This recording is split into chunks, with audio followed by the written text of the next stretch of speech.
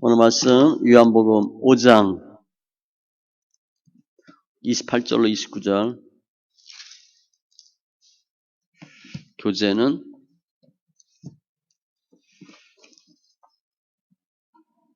38문 69쪽.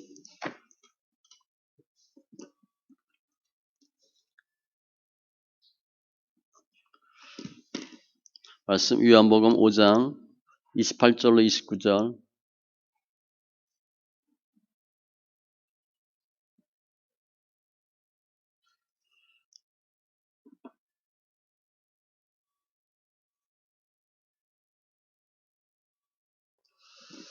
(28절로 29절) 같이 말씀 있습니다. 이를 놀랍게 여기지 말라. 무덤 속에 있는 자가 다 그의 음성을 들을 때가 오나니 선한 일을 행한 자는 생명의 부활로, 악한 일을 행한 자는 심판의 부활로 나오리라. 아멘. 기도합니다. 할렐루야. 주님 감사합니다. 저희들 사랑하시고 주님께서 십자가에서 죽으시고 부활하심으로 믿음으로 은혜 받는, 구원받는 귀한 심령 되게 하심을 감사합니다. 이 세상 주를 믿는 믿음으로 살게 하시되 잘했다 칭찬받는 귀한 믿음의 권속들 다 되게 하여 주시옵소서.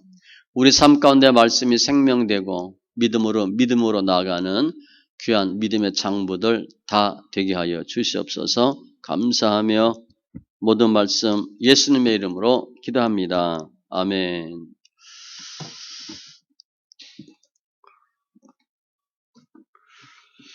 오늘 38문 부활입니다. 부활. 신자가 부활할 때에 그리스도에게서 무슨 유익을 받습니까? 부활하면 어떻게 되나? 답은 신자가 부활할 때 영광 중에 다시 살아남을 입어. 첫 번째, 다시 살아나고 심판날에 밝히 인정됨과 죄 없다 하심을 받고 죄사함 받고 완전히 복을 받아. 완전한 복이래요. 영원토록 하나님을 흡족하게 즐거워하는 것입니다. 잘 우리 실감이 안 가요. 돈 얼마 주면 얼마나 좋을까 뭐 이런 생각하는데 부활하면 얼마나 좋을까 잘 몰라요.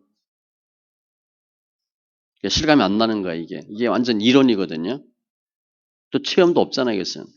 서론 보니까 육체의 부활 교리, 육체가 다시 산다는 거예요. 기독교 신앙의 핵심이에요. 부활은 고린도전서 15장에 자세히 나와 있습니다. 뭐 고린도전서 13장이 사랑장, 포도나무장 이런 거 있잖아요. 고린도전서 15장은 다 부활에 대한 내용이에요. 그러면 세상 사람들의 견해, 우리가 부활한데 그럼 어떻게 되냐면 나누인대요. 사도행전 17장 32절 그들이 죽은 자의 부활을 듣고 부활했다. 그랬더니 어떤 사람은 조롱도 하고 어떤 사람은 이 일에 대하여 내 말을 다시 듣겠다 하니 갈라져요. 뭐? 부활이 있어? 어떤 사람은 그래? 다시 한번 들어봅시다. 갈라집니다. 부활의 의미는 무덤에 누워 있거나 썩어버린 육체가 어느 날 땅 위에서 다시 살아나는 것이다. 우리 몸이 다시 사는 거래요. 즉 다시 일어선다는 것임. 의인의 부활은 생명의 부활, 악인의 부활은 심판의 부활. 오늘 본문 이를 놀랍게 여기지 말라. 무덤 속에 있는 자가 누구예요? 죽어서 무덤에 묻은 사람이야. 다 그의 음성을 들을 때가 오나니. 죽은 사람이 어떻게 들어요? 그런데 소리가 듣고 선한 일을 행한 자는 생명의 부활로, 악한 일을 행한 자는 심판의 부활로 나오리라. 선한 일이 뭐예요? 믿는 거예요. 가장 선한 일이 믿는 겁니다. 가장 악한 일이 뭐냐면 안 믿는 거예요. 웬만해서는 천국 못 가요. 아주 좋은 일 하기 전에 천국 못 가요. 웬만해서는 지옥 안 갑니다. 뭐 살인하고 뭐 도둑질하고 이래서 지옥 안 가요. 예수 안 믿으면 지옥 가. 그러니까 예수 안 믿는 게 얼마나 큰 죄인지 예수 믿는 게 얼마나 큰 은혜인지 그걸로 생명, 영생과 영벌로 갈리는 거예요. 본론 1. 영광 중에 다시 살아난다. 신자는 영광스러운 몸으로 다시 살아난다. 몸이 살아나는 거예요. 부활한 육체는 영과 결합하여 죽으면 영과 영이 분리됩니다. 영과 육이 분리되는데 부활 때 합쳐 결합해서 영의 영광에 동참한다. 육과 영 사이에 긴장이나 갈등이 없어진다. 그래서 긴장이나 갈등은 분리됐던 것이 합친다는 거예요. 잠자는 자의 첫 열매로 부활하신 주님을 따라 가장 먼저 부활하신 분은 주님이에요. 부활의 열매를 잇따라 맺는다. 고린도전서 15장에 보면 주님이 부활하셨기 때문에 주를 믿는 우리도 부활한대요. 주님이 부활하지 않았다. 그럼 우리도 부활 못합니다.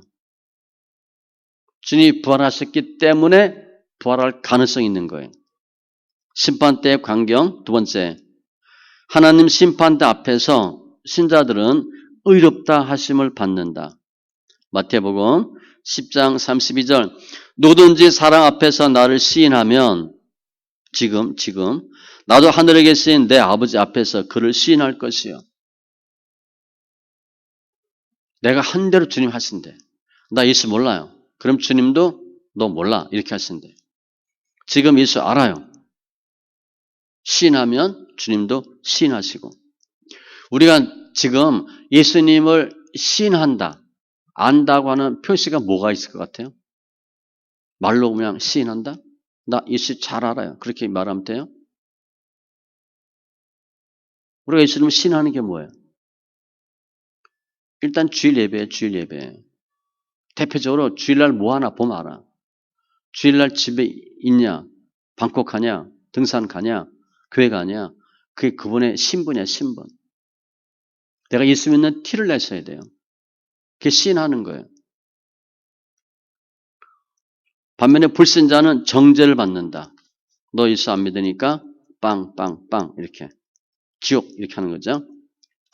심판장은 누구냐면 당연히 예수 그리스도. 요한복음 5장 22절 아버지께서 아무도 심판하지 아니하시고 심판을 다 아들에게 맡기셨으니 주님이 다 하셔요. 모든 칼자루는 다 주님이 쥐고 계십니다. 세 번째, 신자를 향한 심판장의 말씀.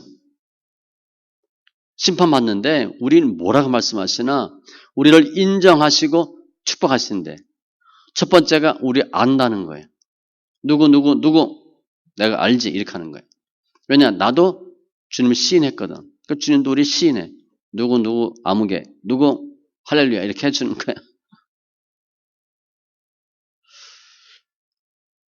누가 날 알아준다는 게 너무 좋죠. 이거 뭐 예전에 있던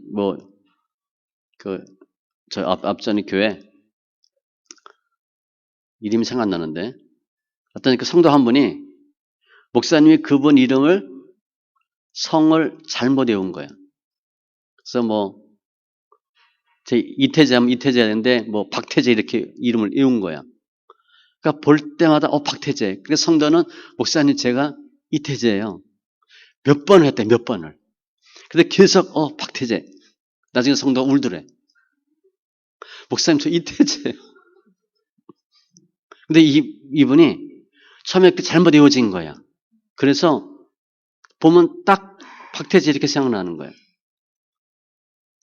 그러면서 그분이 그 성도님이 박태재는 정말 누군지 행복할 거라고.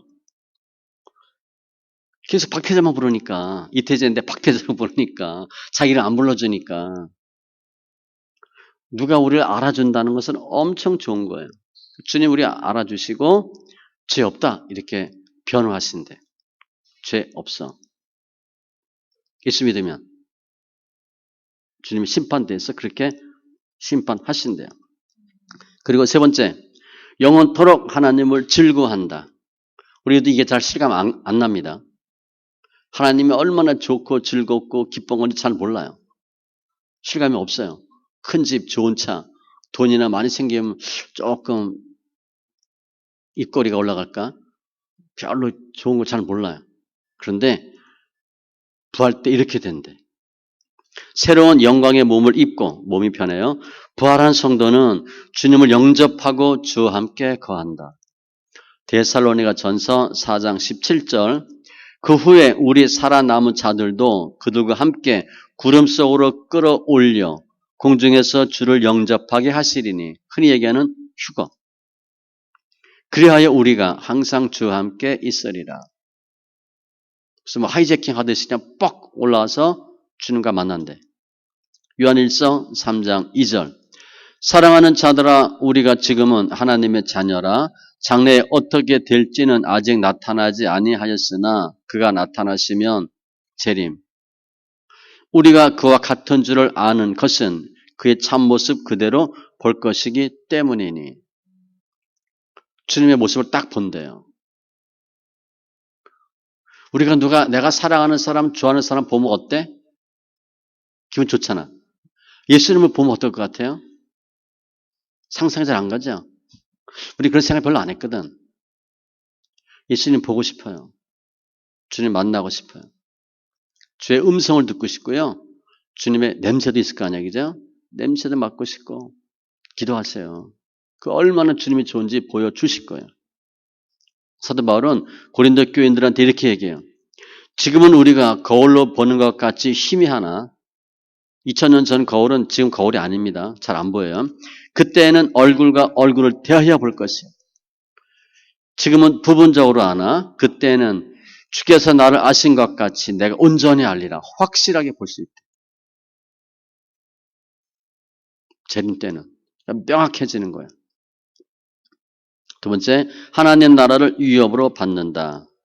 마태복음 25장 34절 그때 임금이 그 오른편에 있는 자들에게 이르시되 오른편 있으니까 왼편도 있겠죠. 내 아버지께 복받을 자들이여 나와 창세로부터 너희를 위하여 예비된 나라를 상속하라. 창세 때부터 만들어 놓은 게 있대. 천국에. 오른편에 있는 자들, 왼편에 있는 자들은 영벌. 아, 예수를 잘 믿고 잘했으니까 뭐 하나 줄 거 없나? 그렇게 하는 게 아니고 천국 다 만들어 놓으신 거예요.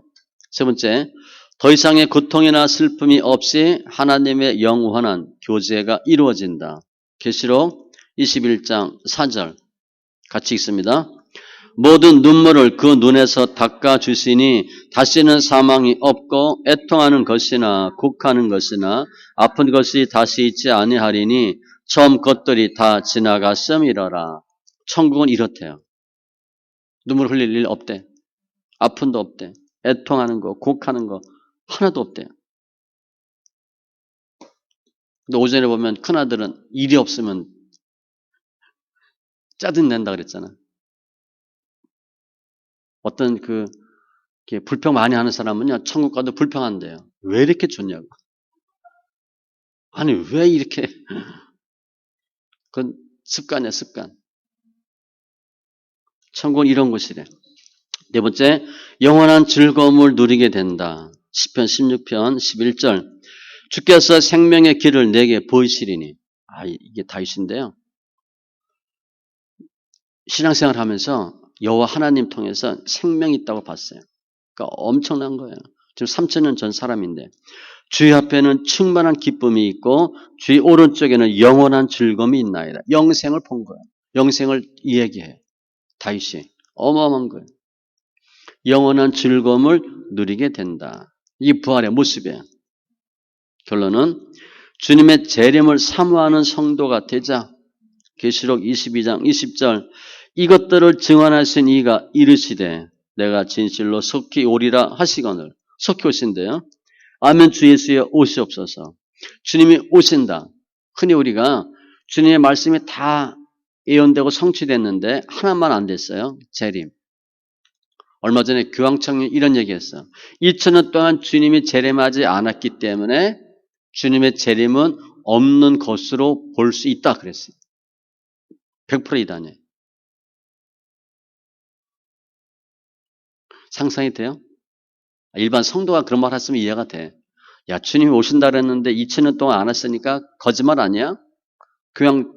교황이 그랬어. 반드시 옵니다. 주님은 석회오리라 그랬어요. 근데 석회오리가 2000년이 넘은 거야. 아멘 주 예수여 오시옵소서. 정말 반드시 와요. 두 번째, 부활신앙으로 흔들리지 말고 더욱 주의 일에 힘쓰자. 부활신앙은 뭐예요? 밑에 크게는 고난 통해 영광이며 죽어야 산다. 이게 부활신앙이에요. 그냥 믿습니다 보다 부활신앙은 조금 더 깊이가 있어요. 고난 있으면 영광이 있다. 죽으면 산다. 죽어도 산다. 두 가지예요. 죽어도 살고 죽어야 살아. 안 죽으면 사는 역사가 없어요. 그게 부활신앙이에요. 고린도전서 15장 57절 58절 우리 주 예수 그리스도로 말미암아 우리에게 승리를 주시는 하나님께 감사하노니 그러므로 내 사랑하는 형제들아 견실하며 흔들리지 말고 항상 주의 일에 더욱 힘쓰는 자들이 되라. 이는 너희 수고가 주 안에서 헛되지 않은 줄 알미라. 다시 봅니다. 예수 그리스도로 말미암아 우리에게 승리를 주시는 하나님께 감사하노니 우리에게 승리는 주님이 주시는 거예요. 왜? 부활하셨거든.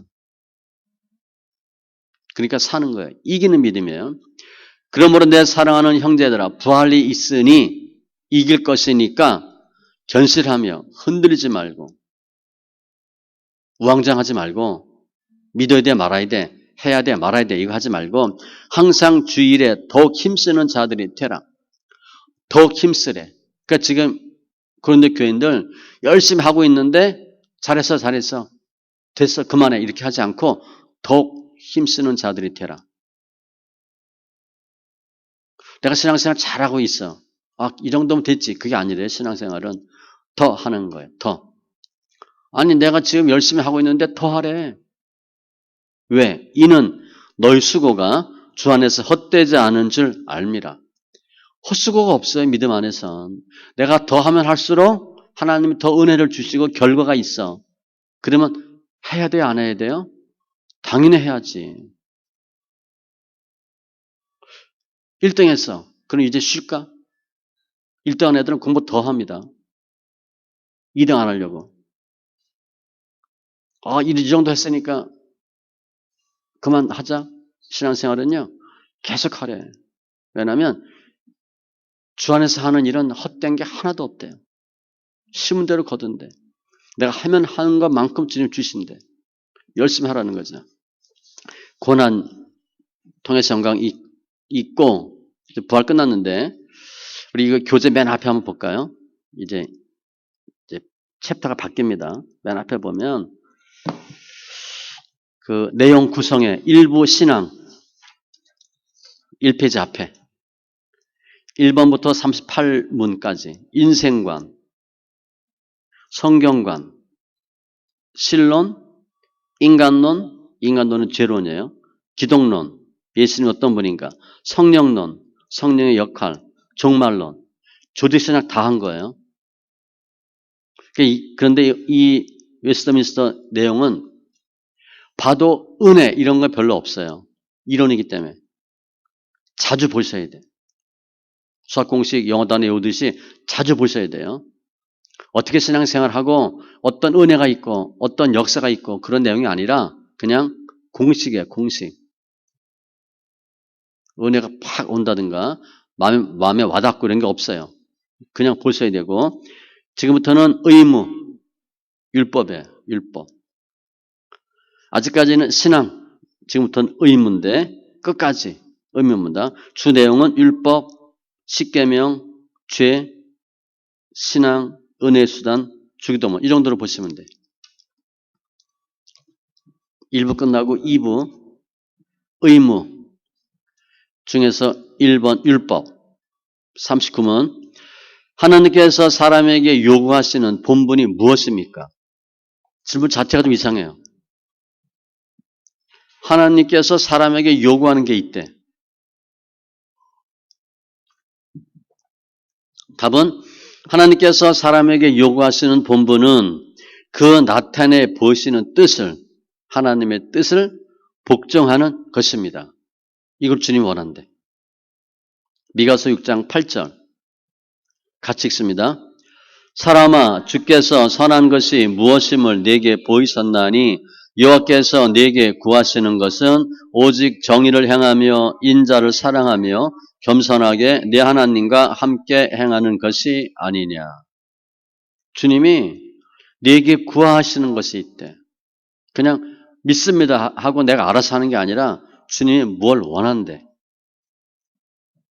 정의, 인자, 겸손, 하나님과 함께 행하심 이런 것을 주님이 원하신대. 행함이에요. 믿음과 행함을 주님이 원하신대. 근데 주님이 원하시는 것은 한마디로 선한 것. 그걸 보여주셨어요. 그거 하래.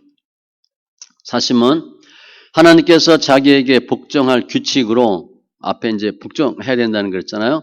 사람에게 처음 나타내 보이신 것이 무엇입니까? 가장 먼저 하나님이 알려주신 게 뭡니까? 답은 하나님께서 자기에게 복종할 규칙으로 처음 나타내 보이신 것은 도덕의 법칙입니다. 도덕 법칙이 있대. 도덕 법칙에 복종하래. 그게 뭔가? 로마서 2장 14, 15절 율법 없는 이방인이 본성으로 율법의 일을 행할 때에는 이 사람은 율법이 없어도 자기가 자기에게 율법이 되나니 이런 이들은 그 양심이 증거가 되어 그 생각들이 서로 혹은 고발하며 혹은 변명하여 그 마음에 새긴 율법의 행위를 나타내느니라. 하나님께서 처음 알려준 도덕 법칙이 14절에 보면 본성이란 단어로 되어 있고 15절에 보면 양심으로 되어 있어요. 사람이 양심이 있어야지. 그 양심. 그 양심은 뭐냐? 15절 끝에 그 마음에 새긴 율법의 행위. 사람이 이렇게 살아야지. 그게 있대. 그것대로 살아야 된대. 율법이 있기 전에도 양심을 주셨대. 본성을 주셨대. 그러면 41문 이 도덕의 법칙이 어디에 간략히 포함되어 있습니까? 양심이 어디에 기록되어 있나? 이 도덕의 법칙은 십계명에 간단히 포함되어 있습니다. 사람이 양심이 있어야지. 그 양심적으로 살려면 가장 기본적인 게 뭐냐? 십계명이래요. 42문 십계명의 대강령이 무엇입니까? 십계명 중에서 가장 중요한 게 무엇입니까? 답은 십계명의 대강령은 우리의 마음을 다하고 성품을 다하고 뜻을 다하고 힘을 다하여 주 하나님을 사랑하고 첫 번째 하나님 사랑 또 이웃 사랑하기를 내 몸같이 하라 하신 것입니다. 한마디로 말하면 사랑이고 구체적으로 하나님 사랑과 이웃 사랑 그게 십계명이래요. 그게 양심이래요. 본성이래요. 마태복음 22장 37절로 40절 여호와께서 이르시되 예수께서 이르시되 내 마음을 다하고 목숨을 다하고 뜻을 다하여 주 너희 하나님을 사랑하라 하셨으니 이것이 크고 첫째 되는 계명이요 둘째도 그와 같으니 내 이웃을 네 자신같이 사랑하라 하셨으니 이 두 계명이 온 율법과 선지자의 강령이니라. 바리새인들이 물어봐요. 율법 중에 가장 큰 게 뭐냐? 성경에는 없어요. 이게 가장 큰 거다 그렇게 안 나와 있어요. 시험하려고 물어본 거예요. 율법이 613개거든요. 하라 하지 말라가 613개야. 그 중에 최고가 뭐냐? 주님이 이렇게 말씀하신 거예요. 한마디로 얘기하면 사랑이다. 율법엔 뭐 하라, 뭐 하지 말라. 결국은 사랑이래. 어떤 사랑? 하나님 사랑과 이웃 사랑. 그런데 우리가 생각하는 사랑하고 주님 말씀하는 사랑하고 정도가 약간 달라요. 마음을 다하고 목숨을 다하고 뜻을 다해요. 이렇게 사랑하래요. 우리가 하는 것보다 조금 더 하셔야 돼. 목숨 걸어야 돼. 모든 나의 그런 지정의 다 들여서 사랑하셔야 돼. 우리가 사랑합니다. 그 정도 갖고는 안 되는 거예요. 더 하셔야 돼. 아무튼 십계명의 대강령은 사랑이에요. 하나님은 우리 인간이 전 인격을 다 바쳐서 그를 두려워하고 하나님의 뜻을 순종하도록 요구하셨습니다. 이렇게 하라는 거예요. 이를 위해서 에덴 동산에 선악과를 두어 하나님께 순종할 것을 선언하셨습니다. 이것이 도덕율법의 시작입니다. 먹지 마라. 그러나 슬프게도 인간은 이 시험에 실패하여 타락하였고 먹었죠? 누가 먹은 거예요? 아담과 하와가 먹은 겁니다. 주님 먹게 한 게 아니에요. 그 결과 죄의 부패와 죽음이 들어오고 인간이 하나님의 낯을 피하여 하나님의 뜻을 무시하게 되었습니다. 그전에 관계가 좋았어요. 우리 사람끼리도 관계가 좋았는데 무슨 문제가 생기면 틀어지죠. 그거예요. 여기서 하나님은 죄 상태에 빠져있던 인간에게 도덕 법칙으로 십계명을 주셨습니다. 그러나 타락 후에 인간에게는 이 율법을 행하여 생명을 얻을 수 없게 되었고 그러므로 우리들이 다시 생명을 얻기 위해서는 율법을 행함으로써가 아닌 하나님의 은혜가 아니고는 얻을 수 없게 되었습니다. 죄를 졌잖아요. 주님께서 율법을 줬어. 율법 행할 수 있어요? 행할 수 없어요. 또 주님이 은혜 주신 거예요. 뭐? 예수 믿으라고. 믿으면 구원받는 거예요. 인간에게 도덕률이 주어진 이유와 율법의 소용에 대한 말씀입니다. 왜 주님께서 계명 주셨나? 살리시려고. 그런데 우리는 율법을 다 지킬 수가 없어요. 율법으로는 행위로는 구원받지 못해요. 1번 하나님의 요구, 순종이죠. 대한민국 백성은 대한민국의 헌법이 요구하는 의무를 감당해야 합니다. 4대 의무 있죠? 기억나나요? 4대 의무. 납세, 국방, 교육, 근로예요. 요즘은 뭐 재산권 행사, 환경 보전 그런 게 있는데 4대 의무는 그거예요. 그거 해야 돼요. 하나님 나라의 백성은 하나님의 법을 순종할 의무가 주어졌습니다. 대한민국 백성이면 대한민국의 헌법이 요구하는 의무를 해야 되고 하나님의 백성이면 하나님이 원하는 의무를 하셔야 돼요. 두 번째, 하나님의 요구를 알 수 있도록 주신 것. 하나님 뭘 주셨나? 율법을 주셨대. 율법의 3요소는 도덕법, 의식법, 시민법인데 의식법은 절기, 제사 관련된 법이고요. 지금은 굳이 안 지켜도 되죠. 시민법은 하나님의 시민으로서 양심으로 지켜야 될 것을 설명해요. 근데 지금은 도덕법을 설명할 겁니다. 도덕법. 율법에 대한 두 가지 극단적인 생각, 우리 구약의 율법 어떻게 생각하나 보면 A, 율법주의는 율법을 지킴으로 구원을 받는다는 주장. 맞아요? 틀려요? 율법 완성 조금 읽어봤어요? 앞에 나와요? 안 나와요? 율법으로는 구원 못 받아요. 다 지킬 수가 없어. 율법은 율법을 지키면 산대. 그런데 못 지켜요. 그럼 죽는 거예요. 율법주의는 율법을 지켜야 된다. 그래서 하는 것이고 B번 율법 폐기론자는 구원은 믿음으로 받는 것이므로 율법은 필요 없다라고 주장하는 거예요. 이것도 틀린 겁니다. 필요 없으면 애초에 줬을까요? 주님이? 안 줬죠. 둘 다 틀려요. 예수님의 율법과는 뭔가? 마태복음 5장 17절 같이 읽습니다. 내가 율법이나 선지자를 폐하러 온 줄로 생각하지 말라. 폐하러 온 것이 아니요 완전하게 하려 함이라. 완전케 하기 위해 오셨대. 폐한다 그러면 폐할 정도라면 주님이 주지 않았어요. 처음부터. 하나님의 요구는 율법이에요. 그게 도덕법인데 정의는 하나님의 뜻이고 범위는 십계명이고 목적은 십계명을 왜 주셨나? 인간들로 하여금 죄를 깨닫게 하심. 이게 가장 중요해요.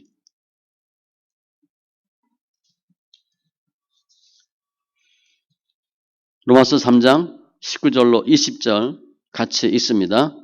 우리가 알거니와 무릇 율법이 말하는 바는 율법 아래에 있는 자들에게 말하는 것이니 이는 모든 입을 막고 온 세상으로 하나님의 심판 아래에 있게 하려 함이라. 그러므로 율법의 행위로 그의 앞에 의롭다 하심을 얻을 육체가 없나니 율법으로는 죄를 깨달음이니라. 이게 목적이에요. 아, 율법 지켜서 구원 받으라고 하셨구나. 아니에요. 죄를 깨달으라고. 이거 하면 안 되고 저거 안 하면 안 되고 그거 깨닫는 거예요. 왜냐하면 지킬 수가 없거든.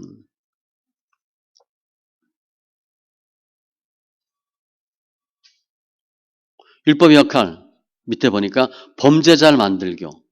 야고보스 2장 9절 진노가 임함. 로마서 4장 15절. 그래서 율법을 통해서 죄를 깨닫고 율법을 다 지킬 수가 없죠. 율법 못 지키니까 어떻게 돼? 정죄가 돼. 못 지켰으니까 당신은 벌금 얼마. 내가 법을 위반한 사람이 됐어. 그래서 벌금 얼마, 뭐 교통 같으면 벌칙금 얼마, 벌점 얼마. 이게 때려지는 거예요. 진노예요. 징역 몇 년.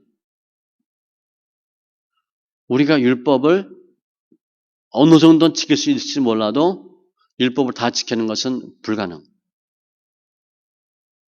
그러면 율법을 왜 줬나? B. 인간들로 하여금 바르게 살게 하심. 삶의 진정한 표준이 됨. 이렇게 살라고 주신 거예요. 그런데 우리는 그렇게 살 수가 없어요. 못 지킵니다. 어느 정도는 할 수가 있는데 다는 못 지켜. 그럼 주님 보시기에는 못 지킨 거예요. 그러면 율법으로는 구원받지 못해요. 그게 답이에요. 잘 생각해야 되는데 그럼 율법으로는 구원 못 받아. 안 지켜도 되네? 그게 아니고 지키려고 노력은 하되 못 지켜요. 그럼 못 지키는 부분은 어떻게 해야 되나? 예수 믿음으로 예수님의 의가 전가되어서 율법 지킨 것으로 주님이 봐주는 거예요. 그게 의예요. 그래서 율법 폐기론이 아니고 율법 폐기론이면 믿음으로 구원받으니까 내 마음대로 살아도 되겠네? 막 망나니 같이? 그러면 안 되잖아요. 열심히 잘 살려고 해야 되는데 그래도 안 돼. 그래서 예수 믿고 구원받는 거예요. 네 번째, 도덕 법칙인 십계명의 대강령. 십계명의 주제가 뭐냐? 사랑이에요. 하나님 사랑, 이웃 사랑. 신명기 6장 제가 읽습니다. 이스라엘아 들으라. 우리 하나님 여호와는 오직 유일한 하나님이시니 유일신입니다. 그건 통한다. 아니에요. 요즘 막 종교 통합 나오죠? 가짜입니다. 너는 마음을 다하고 뜻을 다하고 힘을 다하여 내 하나님 여호와를 사랑하라. 엄청 사랑해야 돼. 오늘 내가 네게 명하는 이 말씀을 너는 마음에 새기고. 하나님 사랑은 어떻게 해야 되나? 머리로 하면 안 돼. 머리로는 한계가 있어요. 마음에 새기셔야 돼. 그러니까 연애할 때 생각하면 돼. 내가 저 사람이 좋아. 마음에 꽉 집에 가서 잘 때도 저 사람 생각만 나. 데이트하고 헤어질 때 집에다 바래다 주고 더 오래 있고 싶어가지고 그냥 같이 살자. 결혼하는 거잖아. 머리로 돼야 안 되지. 마음에 새기고 내 자녀에게 부지런히 가르치며 우리가 먼저 하나님의 말씀을 마음에 팍 심은 다음에 그럼 그게 어떻게 되겠어? 나와요. 자녀에게 그때 가르치는 거예요. 집에 앉았을 때든지 길을 갈 때든지 누워있을 때든지 일어날 때든지 이 말씀을 강론할 것이며 누구에게? 자녀에게. 자녀한테 종교는 신앙은 자유다. 내가 알아서 해라. 성경 그렇게 안 돼 있어요. 주님 우리에게 왜 말씀을 주셨나? 왜 신앙을 주셨나? 너와 내 자녀와 후손이 잘 되라고. 그러니까 우리가 할 일은 자녀에게 계속 얘기하셔야 돼. 그래도 예수 믿어야 된다. 그래도 교회 가라. 너는 또 그것을 내 손목에 매어 기호를 삼으며 유대인들은 그렇게 했잖아요. 손목, 머리, 내 미간에 붙여 표로 삼고 날마다 말씀을 도별하는 거야. 또 내 집 문설주와 바깥문에 기록할지니라. 실제 써놨어요. 뭐 입춘대기를 써붙이듯이 유대인들은 다 써붙이잖아. 대문에 써붙이고 이마에 붙이고 손에 붙이고 이렇게 하나님을 사랑하려고 애를 썼어요. 두 번째, 이웃사랑. 이웃은 주님이 어떻게 사랑하래? 이웃을 내 몸과 같이 사랑하래. 우리 내 몸 끔찍히 여기잖아. 아프면 발발 떨잖아. 상대방도 그렇게 하래. 내가 내 몸 그렇게 아끼듯이 이웃도 그렇게 하라. 그럼 답이 딱 나와. 다섯 번째, 대열이 문답에 나타난 도덕 율법의 역할. 우리가 본 건 지금 소율입니다. 소율이가 있고 웨스트민스터 소율이가 있고 대열이가 있고 신앙 고백서가 있어요. 3단계인데 우리는 지금 기초하는 거예요. 그 위에 단계가 대열이가 있어요. 거기에서는 뭐라고 설명했나 인용해 온 겁니다. 1번 만민에 대한 도덕 율법의 역할. 모든 사람에게 율법이 어떤 역할을 하나? 93은 타락한 후에 사람에게도 우리죠. 도덕적 율법은 유효합니까? 율법을 줬는데 우리가 못 지켰어. 그래도 유효합니까? 답은 타락한 후에는 누구라도 도덕적 율법에 의해 의와 생명에 이를 수는 없으나 안 돼요. 중생하지 못한 자와 중생한 자에게 각각 특이하게 소용될 뿐만 아니라 모든 사람에게 소용되고 모든 사람에게 공통적으로도 크게 유용되는 것입니다. 갈라디아서 보면 몽학선생이라는 단어로 율법을 설명했어요. 몽학선생은 처음에 바로 교육시키는 게 몽학선생이에요. 어린아이들 가르치는 거. 뭐 알파벳 정도, 구구단 정도 생각하시면 돼요. 율법은 기초래, 기초. 다 필요하대. 95문 도덕적 율법이 모든 사람에게 어떻게 유용합니까? 이 율법이 짧게 십계명이 어떻게 유용합니까? 도덕적 율법이 모든 사람에게 유용한 것은 하나님의 거룩한 성품과 뜻과 그들이 따라서 행해야 할 의무를 알게 하는데 유용하며 어떻게 하라, 하지 말라, 왜 하라, 왜 하면 안 된다 잘 설명되어 있거든. 다 필요하고 그들의 일을 지키는데 무능함과 그들의 본성과 마음과 생활이 죄악으로 더러움으로 확신하게 하여 야 이거 지키는데 무능함. 이거 율법은 내가 지킬 수 없는 거구나 깨닫게 하는 거예요. 보험서에 보면 주님이 청년이 와서 어떻게 하면 영생을 얻습니까? 율법 지켜야지. 다 했습니다. 그랬잖아요. 유대인들은 그렇게 다 한다고 말할 정도로 해요. 유대인들이 우리 믿는 거 보면 우리 하는 거 보면 형편없이 보일 거예요. 그 사람들은 칼같이 합니다. 11조 할 때 콩알 세 가지로 내는 사람인데 우리처럼 대충 안 해요. 그 사람들은. 근데 그들은 율법을 잘하면 지킬 수 있다고 생각했는데 결국은 뭐예요?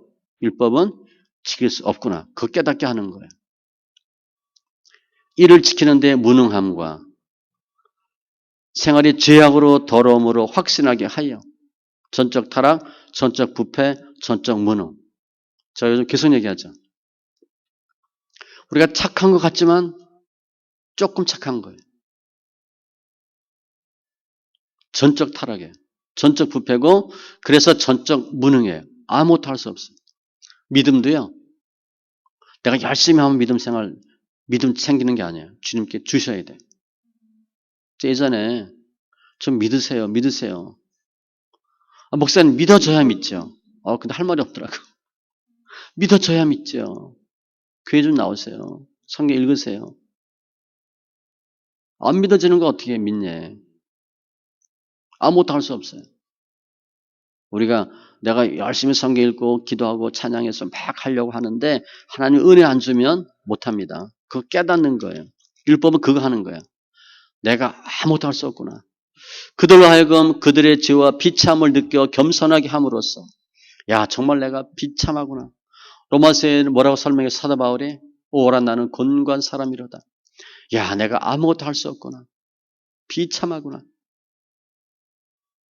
조금 믿음이 성장하면 성장할수록 그 느낍니다. 야 이거 쉬운 게 아니구나. 그리스도와 그의 완전한 순종의 필요성을 보다 명백히 깨닫게 하는데 도움이 됩니다. 그래도 예수님 믿고 말씀에 순종해야 되는구나라고 율법 역할을 한대. 결론은 믿어야 되는구나. 이게 율법 역할이에요.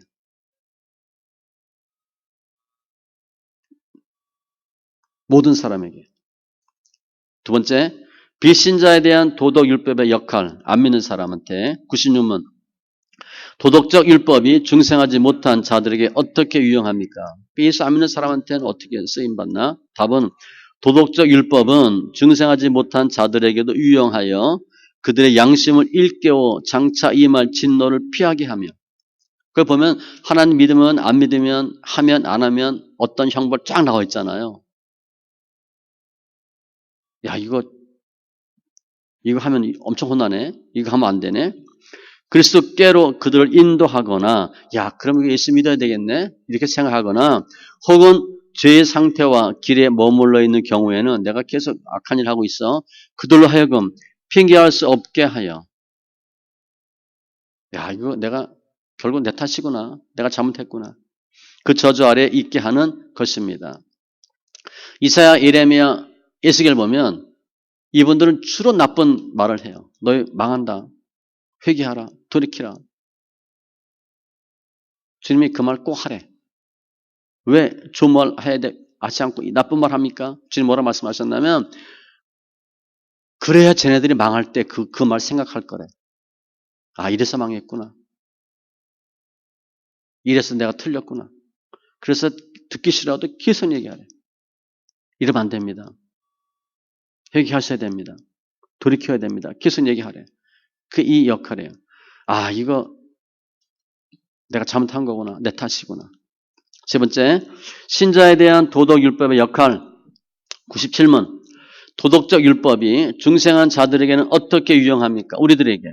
답은 중생하여 그리스도를 믿어 행위의 언약인 도덕적 율법에서 해방되었으므로 우리 이로써 의롭다 하심을 받거나 정죄를 받는 일은 없을지라도, 우리의 행위로 되는 게 아니니까 모든 사람에게 공통된 도덕율법이 일반적으로 유용되는 동시에 이 율법을 친히 성취하시고 그들을 대신하여 그들의 선을 위하여 도덕율법의 저주를 참으신 그리스도와 그들이 얼마나 밀접한 관계가 있음을 보여줌으로써 나는 정말 할 수 없는데 주님께서 죽으셨구나. 그 알게 하는 거예요. 그들로 하여금 더욱 더 감사하게 하며, 그리스도의 의를 우리에게 전가시켰으니까 이 감사를 표시하려고 그들의 순종의 법칙으로서 도덕율법을 더욱더 조심하여 따르게 하는 특별한 소용이 있는 것입니다. 더 내가 열심히 잘 해야 되겠구나. 그렇게 한다는 거예요. 그러면 우리는 신율법주의 입장에서 율법을 대하여야 하며, 율법을 꼭 지켜야 된다는 것도 아니고 율법 폐기론도 아니고 율법으로 죄를 깨닫고, 아, 내가 죄인이구나. 내가 이거 형편없는 사람이구나. 복음으로 믿어 구원에 이르는 것입니다. 예수를 믿어야 되는구나. 행위로는 아니고 믿음으로구나. 구원받는 주의 백성들은 그 은혜에 감사하여 기쁨으로 그리스도로 말미암아 성취된 율법들을 지켜나가는 것입니다. 그래서 우리가 예수 믿고 구원받았어. 은혜로. 그럼 율법 팽개쳐도 돼요? 더 잘 지킬 수 있도록 하는 거지. 마태복음의 산상수훈, 어떻게 하라. 우리가 아무리 해도 할 수 없잖아요. 율법 우리가 못 지켜요. 주님을 믿으면 주님이 힘을 주어서 할 수 있도록 하는 거예요. 도란 탕자가 가만히 하니까 돌아가야 되겠다. 돌아온 게 아니에요. 하나님 돌아오게 하시는 거예요. 모세가, 다윗이, 아브라함이 내가 이거 가만히 생각해보니까 해야 되겠네. 그래서 하는 게 아니에요. 주님이 할 수 있도록 믿음 주시고 힘을 주시는 거예요. 그래서 모세가 하면 우리도 할 수 있는 거예요. 우리가 잘못하면 야, 모세니까 했지. 베드로니까 했지. 아니에요. 그들도 우리가 똑같은 사람이에요. 주님께서 그들로 하여금 하게 하셨으면 우리도 마찬가지예요. 그게 다 어디서 나오냐? 주님께서 주시는 힘으로 나와요. 그리스도의 의예요. 오늘 부활 끝나고 의무 중에서 율법 좀 살펴봤습니다. 기도합니다. 할렐루야. 주님 감사합니다. 저희들 예수 믿음으로 영생에 이르게 하신 주님 감사합니다. 더 많은 지체들이 예수 믿는 부활의 믿음으로, 부활 신앙으로 이기는 자 되게 하여 주시고, 고난 통해서 영광에 이르게 하시고, 죽어도 사는 은혜가 있게 하여 주시옵소서. 하나님께서 저에게 율법 주셔서 죄를 깨닫게 하시고, 그래도 예수 믿고 믿음으로 승리하는 귀한 심령들 다 되게 하여 주시옵소서. 감사하며 모든 말씀 예수님의 이름으로 기도합니다. 아멘.